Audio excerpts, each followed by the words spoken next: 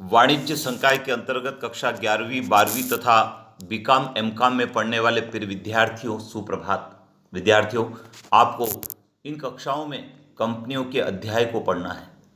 इस चैनल पर इसके पूर्व वीडियो में हमने कंपनी की परिभाषा, उसकी विशेषताओं की बात की थी। आज हम बात कर रहे हैं कंपनियों के प्रकार की, अर्थात कंपनी के वर्गीकरण की। मोटे रूप से कंपनियों को 3 आधार पर वर्गीकृत किया जाता है: सदस्यों के दायित्व के आधार पर, स्वामित्व के आधार पर और सदस्य संख्या के आधार पर। आइए हम एक एक की बात करते हैं। सबसे पहला है सदस्यों के दायित्व के आधार पर। इन कंपनियों में अंशधारियों का दायित्व उनके द्वारा लिए गए अंशों के अंकित मूल्य तक सीमित होता है। ऐसी कंपनियों के नाम के साथ लिमिटेड अर्थात सीमित शब्द का उपयोग करना अनिवार्य होता है। साधारणतः ये कंपनियां 2 प्रकार की होती है: अंशों द्वारा सीमित कंपनियां और प्रत्याभूति द्वारा सीमित दायित्व वाली कंपनियां। दूसरा हमारा है असीमित दायित्व वाली कंपनियां। ये वे कंपनियां होती है जिनके सदस्यों का दायित्व असीमित होता है। यदि कोई सदस्य ऐसी कंपनी को सदस्यता से अलग हो जाए तो उसके अलग होने की तिथि से 1 वर्ष के बाद वो समस्त दायित्व से मुक्त भी हो जाता है। दूसरा हमारा है स्वामित्व के आधार पर कंपनी का वर्गीकरण। स्वामित्व के आधार पर कंपनी को यदि हम देखें तो ऐसी कंपनी को 2 भागों में बांटा गया है। एक है हमारी सरकारी कंपनी और दूसरी है हमारी गैर सरकारी कंपनी।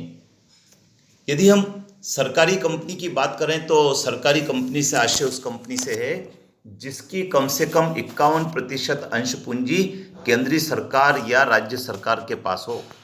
कंपनी अधिनियम 2013 की धारा 245 में कहा गया है कि अंशतः केंद्रीय तथा अंशतः एक या अधिक राज्य सरकारों के पास यदि उसके अंश है तो ऐसी कंपनी को सरकारी कंपनी में शामिल किया गया है। दूसरे हम बात करते हैं गैर सरकारी कंपनी। गैर सरकारी कंपनी वे कंपनी होती है जिनका स्वामित्व एवं नियंत्रण निजी व्यक्तियों के हाथों में होता है। तीसरा हमारा वर्गीकरण है सदस्य संख्या के आधार पर। विद्यार्थियों, सदस्य संख्या के आधार पर कंपनी को 2 भागों में बांटा गया है: निजी कंपनी, इसको प्राइवेट कंपनी भी कहते हैं, और दूसरा सार्वजनिक कंपनी। यदि हम निजी कंपनी की बात करें तो निजी कंपनी से आशय ऐसी कंपनी से है जिसकी चुकता पूंजी अर्थात प्रदत्त पूंजी कम से कम 1 लाख रुपए या इससे अधिक जितना निर्धारित किया जाए तथा जो अपने अंतर नियमों द्वारा अपने अंशों के हस्तांतरण के अधिकार पर प्रतिबंध भी लगाती है। निजी कंपनी के सदस्यों की अधिकतम संख्या 200 तक सीमित रहती है।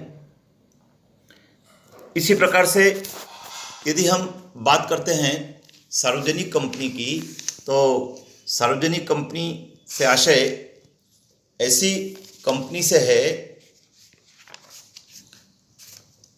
जिसमें सदस्यों की संख्या कम से कम 7 तक और अधिकतम निर्गमित अंशों के बराबर होती है, और इस कंपनी को वैधानिक सभा बुलाना भी आवश्यक होता है। सार्वजनिक कंपनी के नाम के आगे केवल लिमिटेड शब्द का प्रयोग किया जाता है। सार्वजनिक कंपनी में कम से कम 3 संचालक होने चाहिए। तो ये कंपनी का वर्गीकरण है। कंपनी के यदि हम कुछ महत्वपूर्ण तथ्यों की बात करें तो आपको बताना चाहेंगे, भारत में कंपनी का उद्गम कंपनी अधिनियम 1850 के साथ हुआ था और वर्तमान में कंपनी अधिनियम 2013 लागू है। एक निजी कंपनी में अधिकतम 200 सदस्य हो सकते हैं।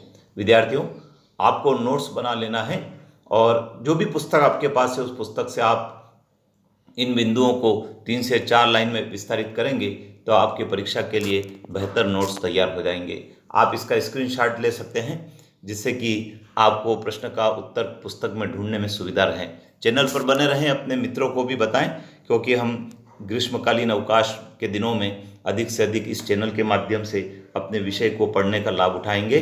चैनल को आपने सब्सक्राइब नहीं किया हो तो कर लीजिए, क्योंकि इस चैनल पर रोजगार संबंधी कई सारे पाठ्यक्रमों की जानकारी दी जाती है, कई सारी शैक्षणिक गतिविधियों की जानकारी दी जाती है जो आपके लिए लाभप्रद होगी। चैनल को सब्सक्राइब करना नहीं भूलें, बेल आइकन को प्रेस करें, अपने मित्रों को बताएं, लाइक करें, शेयर करें। जय हिंद।